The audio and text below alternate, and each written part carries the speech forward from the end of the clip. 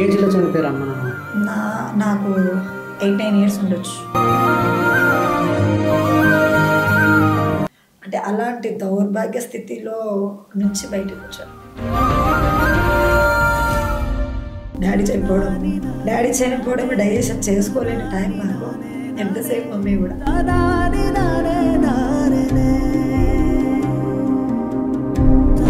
Daddy చనిపోయాక అసలు నిలబడడం, పిలిచి అన్నం పెట్టేవాళ్ళు లేరు. మేమున్నాము, మాకు సపోర్ట్గా నిలబడే వాళ్ళు లేరు.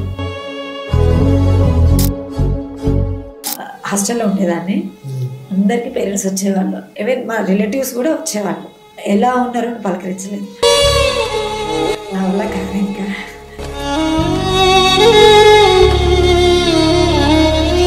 అరేంజ్డా లవ్ మ్యారేజ్? అరేంజ్. అంటే చాలా చూడడానికి చాలా బ్యూటిఫుల్గా ఉంటుంది. హీరోయిన్ ఎవరన్నా అడుగుతున్నారు? హీరోయిన్ కూడా ఛాన్స్ వచ్చింది శ్రీదేవికి అని చెప్పేసి. ఛాన్స్ అని వచ్చింది, బట్ మా ఒంటి మీద గ్రీన్ పుట్టుమచ్చ ఉంటుంది తెలుసు అంటే.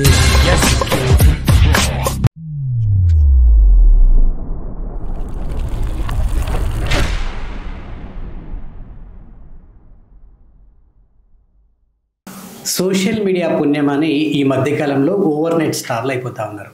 అయితే గతంలో చేసుకుంటే కొందరు ముక్కు మొహం తెలియకుండా కూడా ఈ ఇన్స్టాగ్రామ్ సోషల్ మీడియా వల్ల ఆల్ ఆఫ్ సడన్గా ఓవర్ నైట్ స్టార్లు అయిపోయి వాళ్ళకి సినిమా అవకాశాలు రావడం, ఇక ఇటు ఫోక్ ఫీల్డ్లో అటు అవకాశాలు రావడం, ఇవన్నీ కూడా మనం చూసాం.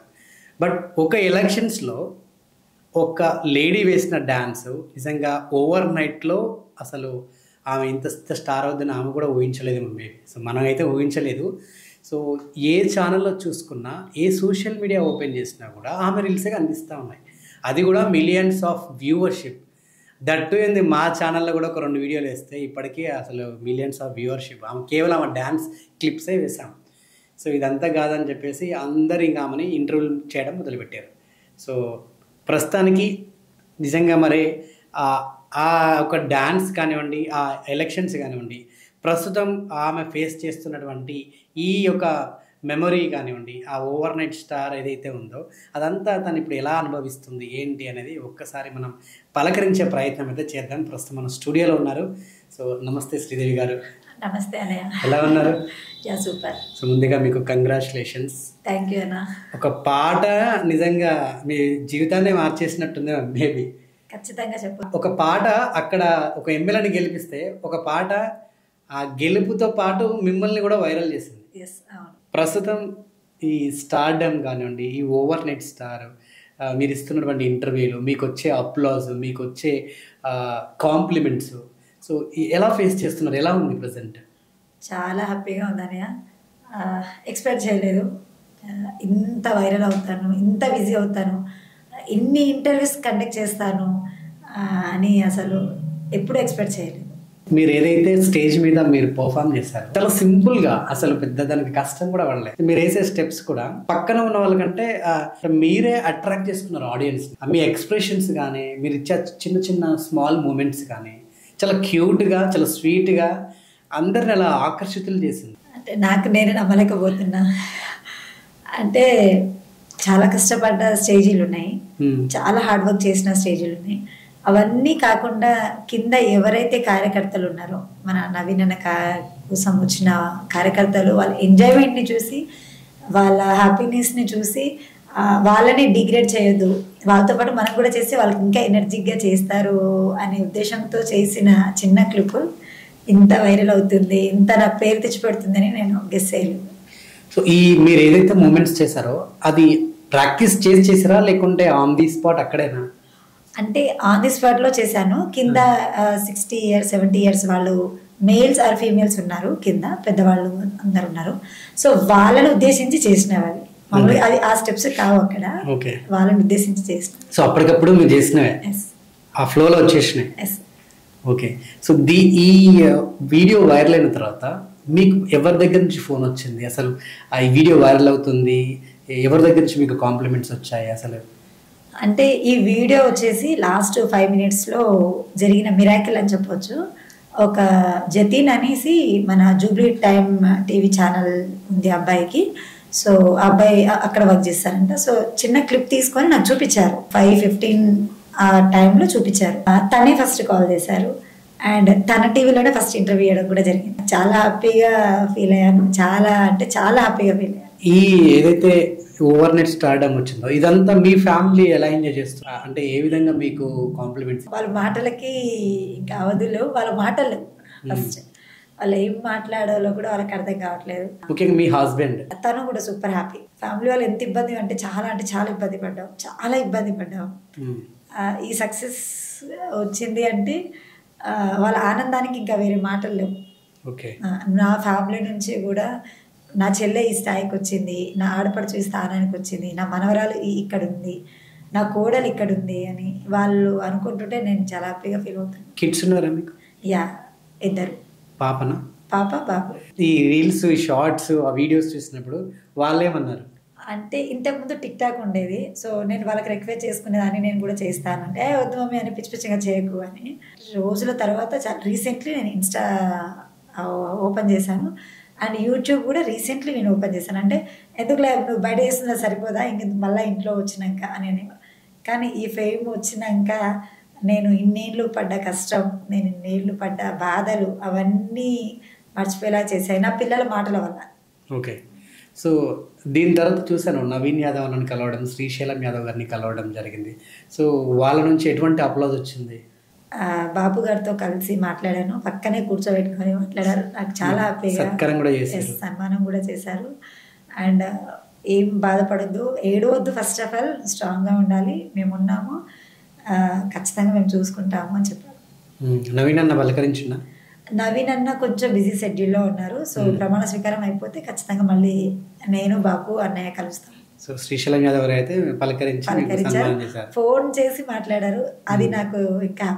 సో మీకేంటి ముందు నుంచి ఈ డాన్స్ ఫీల్డ్లో ఉన్నారా? ఇప్పుడు ఈ మధ్య కాలంలో వచ్చిరా మీరు? ముందు నుంచి డాన్స్ ఫీల్డ్లోనే ఉన్నాను. బేసిక్గా డాన్స్ అంటే ఇష్టం. ముందు నుంచి కాంపిటీషన్ స్కూల్లో ఉన్నప్పుడు కాంపిటీషన్స్లో ఖచ్చితంగా పాల్గొనేదాన్ని, కంపల్సరీ గిఫ్ట్ కొట్టేదాన్ని, అవార్డు వచ్చేది. అక్కడ నుంచి పెళ్ళి అయిపోయింది 10th లో.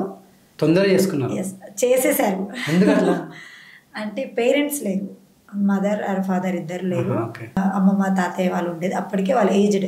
సో వాళ్ళు మమ్మల్ని ప్రొటెక్ట్ చేసి మమ్మల్ని దగ్గరికి తీసుకొని మమ్మల్ని పెంచి పెద్ద చేసి పెళ్ళిళ్ళు చేశారు. మా పిల్లలకి మంచి చెడు మొత్తం వాళ్ళే చేశారు. కాబట్టి మా ఫ్యామిలీలో గర్ల్స్ 7 members. అంటే మేనమామకి 3, మేము 4. అందులో ఓన్లీ అక్కకు మాత్రమే పెళ్ళయింది, మిగతా 6 members అమ్మాయిలము, 2 అబ్బాయిలు. సో మేము చనిపోతే వీళ్ళు మళ్ళీ ఆగమైపోతారేమో అనే భయానికి వాళ్ళు తొందరగా సంబంధాలు వచ్చినట్టుగా పెళ్లి చేసేసారు మాకు. సో అలా చిన్న ఏజ్లో పెళ్ళి అయిపోయింది. సో ముందు నుంచి మీకు డాన్స్ అంటే బాగా ఇంట్రెస్ట్ ఉంటుండే. మీరు కొన్ని వీడియోస్లో చెప్పారు, మేము చాలా ప్రాబ్లమ్స్ ఫేస్ చేశాను, ఫైనాన్షియల్గా కానివ్వండి, ఆర్థికంగా చాలా ఇబ్బందులు పడ్డానని చెప్పేసి. సో ఏ టైంలో అది పెళ్ళి అయినాకనేనా? యా, పెళ్ళి కాకముందు కూడా పెళ్ళి అయిన తర్వాత కూడా ఆర్థికంగా అంటే మమ్మీ డాడీ ఓకే అంటే 70% ఓకే, మమ్మల్ని బాగా చూసుకున్నారు. మేము 4 కూతుళ్ళము ఉన్న డాడీ మమ్మల్ని బాగా ఇష్టపడేవాళ్ళు, బాగా చూసుకునేవాళ్ళు. ఏజ్లో చనిపోయారు అమ్మ నాన్న? నాకు 8-9 years ఉండొచ్చు. అంతే? చాలా చిన్నవాళ్ళు. అప్పటికి నాకు కొంచెం నాలెడ్జ్ ఉంది, ఇంకా నాకంటే 2 చిన్నవాళ్ళు చెల్లెళ్ళు. వాళ్ళకైతే అసలు తెలీదు, అసలు ఏం జరుగుతుందో అక్కడ తెలియని టైం. ఆ టైంలో డాడీ చనిపోయారు. డాడీ చనిపోయింది, మమ్మీ తీసుకోలేకపోయింది. ఒక 6 months ఆర్ 8 months గ్యాప్లోనే మమ్మీ కూడా చనిపోవడం జరిగింది. ఎట్లా డాడీ ఎట్లా చనిపోయారు? Daddy RTC driver. సో అప్పుడు జాండీస్ వచ్చాయి డాడీకి. అది జ్వరము రావడం, ఇట్లా హెల్త్ ఇష్యూ రావడం, డాడీ లైట్ తీసుకున్నారు. ఆయన హెల్త్ ఫోకస్ అంత చూసి పట్టించుకునేది కాదు డాడీ. సో దాంట్లో ఫీవర్లో జాండీస్ వచ్చి బాగా ముద్రిపోవడము, అలా డాడీ సడన్గా అయిపోయారు. తర్వాత మమ్మీ వచ్చేసి డాడీ సడన్గా వెళ్ళిపోవడం తీసుకోలేకపోయింది. అండ్ మేము 5 మంది, 4 అమ్మాయిలు, 1 అబ్బాయి. అది మమ్మీ తీసుకోలేక మమ్మీ కూడా చనిపోయారు. సో ఎట్లా at the age of 9 years ఇంకా చిన్న వాళ్ళు 2 ఉన్నారు అంటున్నారు, ఎట్లా డైజెస్ట్ చేసుకున్నారు మీరు? అంటే డైజెషన్ చేసుకోవడానికి మాకు టైం కూడా అంటే నాన్నని మర్చిపోవడానికి నాకు చాలా రోజులు పట్టింది.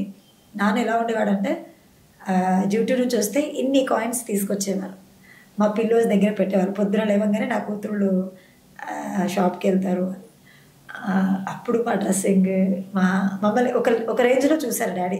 నాకు కొంచెం నాలెడ్జ్ ఉంది, డాడీ మమ్మీతో కొన్ని ర్యాంప్ కూడా నడిచింది. డాడీ చనిపోయాక అసలు నిలబడము, పిలిచి అన్నం పెట్టేవాళ్ళు లేరు, మేమున్నాము మాకు సపోర్ట్గా నిలబడే వాళ్ళు లేరు. అండ్ చాలా అంటే చాలా ఫేస్ చేసాము.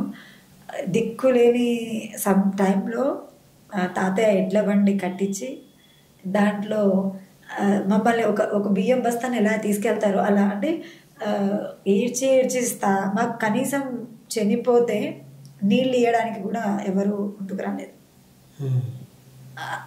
ఆ ప్రాబ్లం మేము బాగా ఫేస్ చేసాం.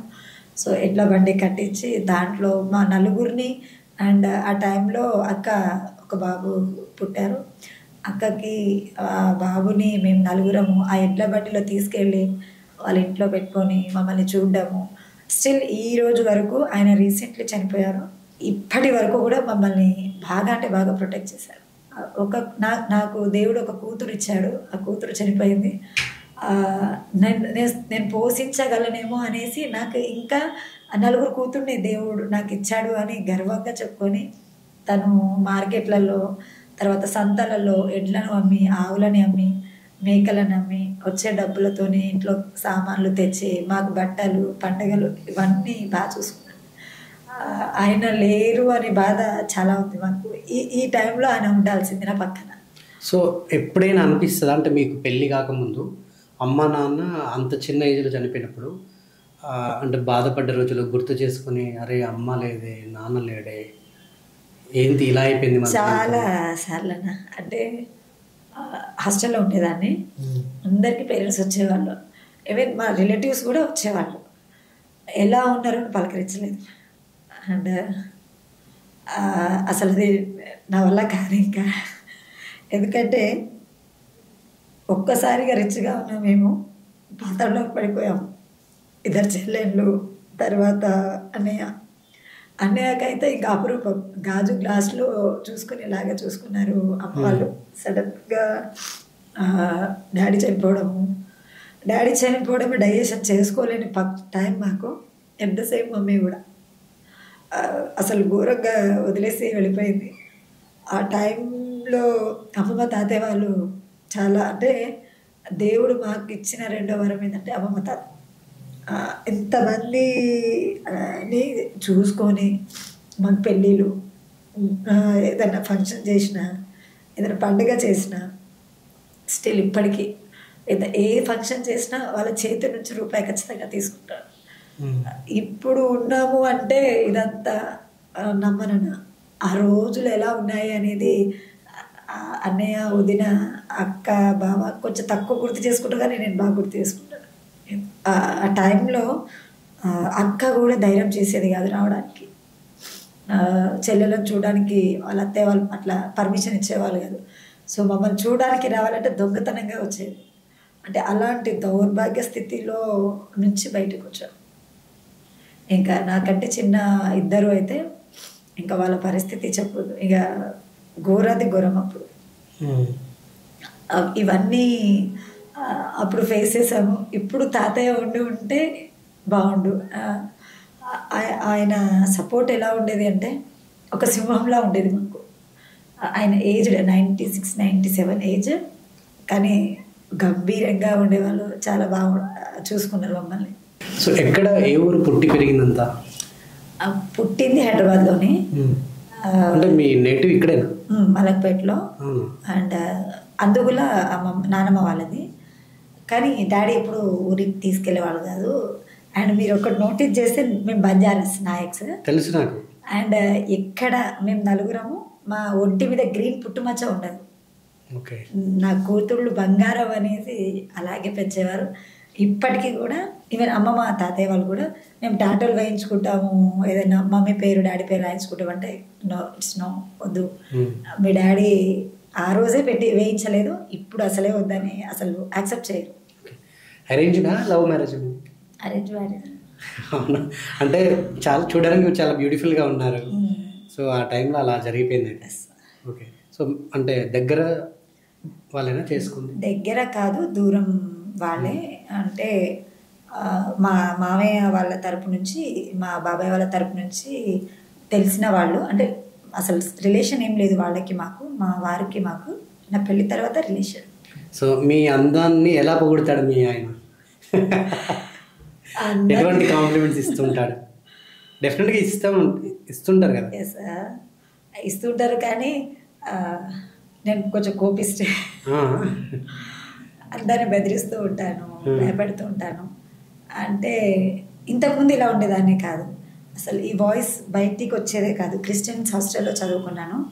చాలా సాఫ్ట్గా, ఎవరితో ఎక్కువ మాట్లాడకుండా, నా వర్క్ ఏదో నేను చదువుతూ. అండ్ మమ్మీ డాడీ లేరు కాబట్టి క్రిస్టియన్ సిస్టర్ని అవ్వాలి అని ఆశ చాలా ఉండేది. పెళ్ళి చేస్తున్నామని కూడా నాకు క్లారిటీగా తెలియదు. నేను పెళ్ళి చేసుకుంటున్నాను అనే విషయం కూడా నాకు క్లారిటీగా తెలియదు. ఆ టైంలో నాకు పెళ్ళి అయిపోయింది. సో ఇప్పుడు ఏదైతే ఈ సాంగ్ వైరల్ అయినాక మీకేమైనా సినిమా అవకాశాలు లేకుంటే ఇంకేదన్నా అవకాశాలు మీకేమైనా వచ్చినాయా? ఎవరి దగ్గర నుంచి ఫోన్ కాల్స్ వస్తున్నాయన్నా, వచ్చే అవకాశాలు కూడా ఉన్నాయి. ఓకే. కొన్ని వీడియోస్లో చూశాను, శ్రీదేవి నెక్స్ట్ సినిమాలో కూడా యాక్ట్ చేయబోతుంది, సినిమా అవకాశం కూడా వచ్చింది అని కొన్ని వీడియోస్లో. అంటే మీ గురించి ఈ గాసిప్సా నిజమా తెలియదు, కానీ సినిమా అవకాశాలు ఏమైనా వచ్చినాయా ఈ పాట తర్వాత? వచ్చే అవకాశాలు ఉన్నాయి. సో బాపు గారు కూడా ఖచ్చితంగా అవకాశం ఉంటుంది, వస్తుంది అని చెప్పారు. చిన్న శ్రీశైలం యాదవ్ గారు ఇండస్ట్రీకి చాలా దగ్గర. సో ఆయన ఏమన్నా మాట ఇచ్చారా నెక్స్ట్ మూవీలో నీకు అవకాశం ఇవ్వబోతున్నా అని చెప్పి? ఎస్, మాట ఇచ్చారు, బాపు గారు మాట ఇచ్చారు. అండ్ సపోర్ట్గా ఉంటా అని కూడా చెప్పారు. అంటే అమ్మని, నాన్నని, తాతయ్య మిస్ అయ్యాను కాబట్టి ఈ రూపంలో నాకు హెల్ప్ అవుతున్నారేమో అందరూ అని అనుకుంటున్నాను. ఓకే. సో ఫోక్ సాంగ్స్ ఈ మధ్యకాలంలో చాలా ట్రెండ్ అవుతున్నాయి. మరి ఫోక్ అవకాశాలు, ఫోక్ సాంగ్స్లో ఏమైనా యాక్ట్ చేస్తారని అటువంటి ఏమైనా కాల్స్ వచ్చినాయి? వస్తున్నాయి. స్టిల్ ఇప్పుడు మన స్టూడియోకి వచ్చాక కూడా మీ వాయిస్ టస్కీ వాయిస్ కదా, సో మీ వాయిస్ నుంచి నాకు ఒక సాంగ్ కావాలి అని కాల్ వచ్చింది. ఇప్పుడే యాక్టర్గా చేస్తున్నారు. కొంచెం ఈ హడావుడి అయిపోయిన తర్వాత, ఎస్, ఈ హడావుడి అయిపోయిన తర్వాత సాంగ్ ఒకసారి విని చూసేస్తాను. సో ఫోక్ సాంగ్ కూడా యాక్ట్ చేయబోతున్నారు. Super great. సో అంటే చిన్న శ్రీశైలం యాదవ్ గారు అయితే మాట ఇచ్చారు సినిమా అవకాశం ఇస్తాను. హీరోయిన్ ఎవరన్నా అడుగుతున్నారా మిమ్మల్ని? హీరోయిన్ కూడా ఛాన్స్ వచ్చింది శ్రీదేవికి అని చెప్పేసి విన్నాను. లేదు బ్రో, అంటే అది ఛాన్స్ అని వచ్చింది, బట్ హీరోయిన్ తర్వాత సైడ్ క్యారెక్టరా సిస్టర్ క్యారెక్టర్ అనేది క్లారిటీ. ఒకవేళ హీరోయిన్కి అవకాశం వస్తే శ్రీదేవి చేస్తుందా? Yeah, sure. చేస్తాను. లేదు, ఎటువంటి క్యారెక్టర్ వచ్చినా చేస్తా అంటారా? ఏంటి, ఏ క్యారెక్టర్ వచ్చినా చేస్తారా? లేదు, అంటే నేను కొన్ని ఎదుర్కొన్న సమస్యలు, నేను కొన్ని ఫేస్ చేసిన ప్రాబ్లమ్స్, అవన్నీ దృష్టిలో పెట్టుకొని ప్రొసీడ్ అవుతాను. క్యారెక్టర్లు కూడా ఆ టైప్లోనే తీసుకుంటాను. తల్లిదండ్రులు లేని పిల్ల కదా, గాలి తిరుగులు తిరుగుతుంది, వాళ్ళకేంది చెప్పేటోళ్ళు లేరు, చేసేటోళ్ళు లేరు అని చాలా ఇలా ఇటువంటి మాటలు కూడా పడ్డారా? చాలా వేల మంది అన్నారు మాతో, అవి పడ్డాను. వాళ్ళకి నేను ఇచ్చే సమాధానం ఏంటంటే, ఒకవేళ నాకు మంచి అవకాశం వస్తే శ్రీదేవి ఎప్పుడున్నా ఒకేలాగా ఉంటుంది, ఒకేలాగా కనిపిస్తుంది అని నేను వాళ్ళకి ఖచ్చితంగా చేసి చూపిస్తాను. సో శ్రీదేవికి పొగరు ఎక్కువనా ఏంటి? పొగరు ఎక్కువ అంటే పొగరు ఎక్కువని, అంటే ఏ టైప్లో పొగరు అంటే, నువ్వెంత అంటే నువ్వెంత, నువ్వు మీరు అంటే నేను మీరు అంటాను, నువ్వు ఒసే అంటే నేను ఒరే అంటాను. అంటే ఆ సందర్భాన్ని బట్టి, ఆ మూమెంట్ని బట్టి. ఎందుకంటే మేము దేంట్లోనే తక్కువ కాదని నా ఫీల్. ఏ తప్పు చేయకుండా నాకు ఒక మాట అంటే నేను పడను. అట్ ద సేమ్ నా దగ్గర పనిచేసే పిల్లలు కూడా, వాళ్ళకి ఎవరైనా వచ్చి ఏదైనా మాట అన్నారంటే, సరే వాళ్ళకి తెలుసు తెలియకో ఏదైనా మిస్టేక్ చేసినా, వాళ్ళకి ఎవరైనా వచ్చి ఒక మాట అనడము, మీ అమ్మాయి ఇలా అని చెప్పినా నేను యాక్సెప్ట్ చేయాలి. ఇంకా సరే వాళ్ళకి తెలియకపోవచ్చు, మనం తెలిసేలా మనం చేయాలి. ఎందుకంటే మనం సీనియర్స్, మనకు కొంచెం నాలెడ్జ్ ఉంది అని అంటాను, కానీ సరే చేసింది కదా పోనీలే అని సపోర్ట్ చేయను. సో ఈ డ్యాన్స్ ఫీల్డ్లో కూడా చాలామంది సూటిపోటి మాటలు అంటూ ఉంటారు, విచ్చలవిడిగా తిరుగుతుంది దానికి ఏంటి అన్నట్టుగా అంటూ ఉంటారు. అటువంటి మాటలు ఎప్పుడైనా ఫేస్ చేశారు? ఇలాంటిది వినలేదు. ఎందుకంటే 99% నా వర్క్ ఉంటే నేను ఖచ్చితంగా వెళ్తాను, నా వర్క్ నేను చేస్తాను. నా వర్క్ అయిపోయాక అక్కడ ఏదైనా ప్రాబ్లం ఉంటే నేను నిలబడతాను, అది ఫేస్ చేస్తాను. అది ఆడవాళ్ళ ప్రాబ్లం ఉండొచ్చు, మగవాళ్ళ ప్రాబ్లం ఉండొచ్చు, ఆర్గనైజర్ ప్రాబ్లం ఉండొచ్చు, నేను నిలబడతాను. డాన్సర్గా ఎన్ని ఏళ్ళ నుంచి ఉన్నారు ఈ ఫీల్డ్లో? 13 సంవత్సరాలు. 13 years. Yes. ఈ 13 yearsలో ఎప్పుడైనా బ్యాడ్ సిచ్యువేషన్స్ ఫేస్ చేసిరా? అంటే శ్రీదేవిని నేను సొంతం చేసుకోవాలి, శ్రీదేవితోటి నేను అనుభవించాలి, ఇలాంటి మెంటాలిటీ చాలా మందికి ఉంటుంది ఈ రోజుల్లో. సో అటువంటి ప్రయత్నాలు ఎప్పుడైనా చేసిరా? వాళ్ళు చేశారేమో కానీ నేను చిక్కను. అడిగిరా మేము డైరెక్ట్? లేదు, అట్లా ఏమన్నా ఆ డేర్నెస్ చేయలేదు. ఎందుకంటే కనిపిస్తానేమో సాఫ్ట్గా, కానీ నేను చాలా హార్డ్ అనే విషయం చాలా తెలుసు. ఇంకోటి ఫోక్ ఫీల్డ్ అయినా ఇండస్ట్రీ అయినా కమిట్మెంట్ ఇస్తేనే అవకాశం ఇస్తూ ఉంటారు చాలా మంది డాన్సర్లకి. అటువంటి కమిట్మెంట్స్ మిమ్మల్ని అడిగిరా? లేదు, కమిట్మెంట్ వరకు నా వరకు రాలేదు. అందుకేనేమో నేను ఇంకా ఇలాగే ఉండిపోయాను. అండ్ కమిట్మెంట్ అడిగే అంత డేర్నెస్ ఇప్పటివరకు ఎవరు చేయలేదు. ఓకే. సో రేపు సినిమాలకు వెళ్తే కూడా ఇటువంటిది క్యాస్టింగ్ ఫేస్ చేయాల్సిన సందర్భం కూడా ఉంటుంది. ఒకవేళ అప్పుడు కూడా ఇటువంటి సందర్భం ఫేస్ చేయాల్సి వస్తే దాన్ని ఎలా ఫేస్ చేస్తారు? వదులుకుంటాను. ఎలా రిసీవ్ చేసుకుంటారు? వదులుకుంటాను అంతే. ఎస్. ఓకే. చాయిసే లేదు సెకండ్ ఆప్షన్ తీసుకొని. ఎందుకంటే ఏదైనా చేస్తే ఈ రోజు కాకపోయినా రేపైనా ఖచ్చితంగా రివీల్ అవుతుంది. చెయ్యక ముందే అంటే బయట నాలెడ్జ్ తెలియక ముందే, ఈ కష్టాలన్నీ చూడక ముందే ఈ మాటలు మేము విన్నాం, పడ్డాము. అలా చేసింది కాబట్టి ఆమె ఇలా చనిపోయింది అని మా అమ్మ వాళ్ళని అనడము. అండ్ ఇలాంటివి మేము బాగా ఫేస్ చేసాం. అర్థం కాలేదు అంటే మమ్మీ డాడీ చనిపోయినాక కొన్ని ఇష్యూస్ అయ్యేప్పుడు నేను స్ట్రాంగ్గా నిలబడ్డాను. తాతయ్యకి ఒక రైట్ హ్యాండ్ లాగా నిలబడ్డాను ప్రతి దగ్గర, గొడవల దగ్గర కానివ్వండి, ఏదైనా మిమ్మల్ని తప్పు పట్టారు. ఆమె అట్లా చేసింది కాబట్టి వీళ్ళ పేరెంట్స్ వీళ్ళు ఆమె అలా చేసింది కాబట్టి చనిపోయారు కాబట్టి వాళ్ళకు పుట్టిన పిల్లలు ఇలా ఉన్నారు అనే మాటలు కూడా మేము విన్నాం. సో అది కాదు, మా పేరెంట్స్ ఏందా అనేది ఆల్మోస్ట్ చాలా మందికి తెలుసు, వాళ్ళ పిల్లలు ఎలా ఉన్నాం అనేది కూడా తెలుసు. సో అది ఖచ్చితంగా నేను జీవితాంతం గుర్తుపెట్టుకుంటాను, దాన్ని నిలబెట్టుకుంటాను. ప్రజెంట్ మీ హస్బెండ్ కానీ పిల్లలు కానీ సో మీరు సినిమాలకు వెళ్తుంటే వాళ్ళు యాక్సెప్ట్ చేస్తారా? మరి అది ఉందా? ఇంకా వాళ్ళ దగ్గరికి మ్యాటర్ వెళ్ళలేదు. పాప బాబు అయితే ఈ సక్సెస్ని సెలబ్రేట్ చేసుకుంటున్నారు. వాళ్ళు కూడా హ్యాపీగా ఫీల్ అవుతున్నారు. సెలబ్రేషన్ అంటే హ్యాపీగా ఫీల్ అవుతున్నారు అంతే. ఎట్ ద సేమ్ మూవీస్లలో వస్తే నేను ఫస్ట్ పాప బాబుతో డిస్కస్ చేసి, తర్వాత అక్క వాళ్ళతో డిస్కస్ చేసి, వదిన వాళ్ళతో డిస్కస్ చేసి, మా సార్ వాళ్ళతో మాట్లాడి స్టెప్ తీసుకుంటాను. ఓకే. మీరు వేసిన ఏదైతే సాంగ్ ఉందో దానికి అంటే ఎంత తీసుకున్నారు రెమ్యునరేషన్? క్యాన్వాసింగ్ ఎంత? క్యాన్వాసింగ్ అంటే మాది మొత్తం ట్రూప్ 12 members. సో ఎంత ఇస్తారు అంటే ఫర్ డే లాగా మాట్లాడుకున్నారు. అంటే కమిట్మెంట్ అనేది ఏపుడు సోమన్న గారు అండ్ అన్నయ్య వాళ్ళు బాపు గారు మాట్లాడుకున్నారు, మాకు తెలియదు అది. సో మేము ఒక రెమ్యునేషన్తో అక్కడికి వెళ్ళాము. సో మాది మాకు వచ్చింది. Okay. So finally Naveen Yadav గురించి ఏమైనా చెప్తారా? ఎందుకంటే ఇదంతా ఇంత క్రెడిబిలిటీ రావడానికి కారణం ఆ నవీన్ యాదవ్ అన్న. ఒకవేళ పోటీలు ఉండకపోతే మీరు డ్యాన్స్ వేసేవాళ్ళు కాదు, సో ఈ పాట బయటికి వచ్చేది కాదు, మీ డ్యాన్స్ నేను చూసేవాళ్ళం కాదు. నవీన్ యాదవ్ అన్న గురించి ఏం చెప్తామంటే, నేను 22-23 రోజులు అన్నయ్యతో మేము బాగా ట్రావెల్ చేసాము. అంటే 120-130 members మేము ట్రావెల్ అన్నయ్యతో ఉన్నాము. సో మాకు ఎక్కడా కూడా ఆయన ఏదో వచ్చారు కదా చేసుకొని వెళ్ళిపోతారు అనే నెగ్లిజెన్సీ మాకు ఎక్కడ అనిపించలేదు. మమ్మల్ని అందరినీ దగ్గర తీసుకున్నారు. మా మంచితనం, మానవత్వం అంటారు కదా, సో అది మాకు కనిపించింది. అండ్ ఇంకోటి ఏంటంటే క్యాంపెయినింగ్స్లో మాకు ఫుడ్ ప్రొవైడ్ చేశారు కదా, morning tiffin, lunch, dinner. So మా ఇంట్లో మాలలు వేసుకున్నారు అన్నయ్య. మేము నాన్ వెజ్ అంటే మా కోసం స్పెసిఫిక్గా వంటలు చేయించారు. సో అంత కేర్ తీసుకున్నారు మా గురించి. కాబట్టి నవీన్ అనే బెస్ట్ అని నేను చెప్పగలుగుతా. ఓకే. సో ఫైనల్గా ఇప్పుడు సినిమా అవకాశం వచ్చినా, సాంగ్ అవకాశం వచ్చినా, సో దానికి రెమ్యునరేషన్ డిమాండ్ చేస్తారా? ఏంటి ఇచ్చినంత తీసుకుంటారా? ఏంటి అంటే స్టార్టింగ్ కాబట్టి చూస్తాను, తర్వాత ఇప్పుడు మేమే మీకు ఒక ఫోక్ సాంగ్ అవకాశం ఇస్తున్నాం. సో ఎంత తీసుకుంటారు? ఇప్పుడు నేను లైవ్ లో జనాలకు కూడా తెలవాలి కదా. సో శ్రీదేవి గారికి మా ఛానల్ నుంచి ఒక ఫోక్ సాంగ్ లో మేము అవకాశం ఇస్తున్నాం. సో రెమ్యునరేషన్ ఎంత తీసుకుంటారు? రెమ్యునరేషన్ అంటే అన్న, నేను రెమ్యునరేషన్ గురించి ఇంకో మాట చెప్పాలి. స్టార్టింగ్ నా రెమ్యునరేషన్ 70 రూపాయలు, అక్కడ నుంచి 150, అక్కడ నుంచి 200-250. నేను ఎక్కడ నాకు ఇంత ఇస్తేనే నేను వస్తాను, ఇది నా రెమ్యునరేషన్, ఇష్టపడి పిలవండి లేకపోతే లేదు అని నేను ఎక్కడ డిమాండ్ చేయలేదు. కొంతమంది దగ్గర మాత్రం అంటే వాళ్ళు లెవెల్ చూపించుకున్న వాళ్ళ దగ్గర నా దగ్గరకు వచ్చి వాళ్ళ దగ్గర సబ్జెక్ట్ లేకపోయినా వాళ్ళ దగ్గర నాలెడ్జ్ లేకపోయినా నా దగ్గర లెవెల్ చూపించుకునే వాళ్ళ దగ్గర తప్ప అదర్వైజ్ నేను ఎక్కడ ఎవరి దగ్గర డిమాండ్ చేయలేదు.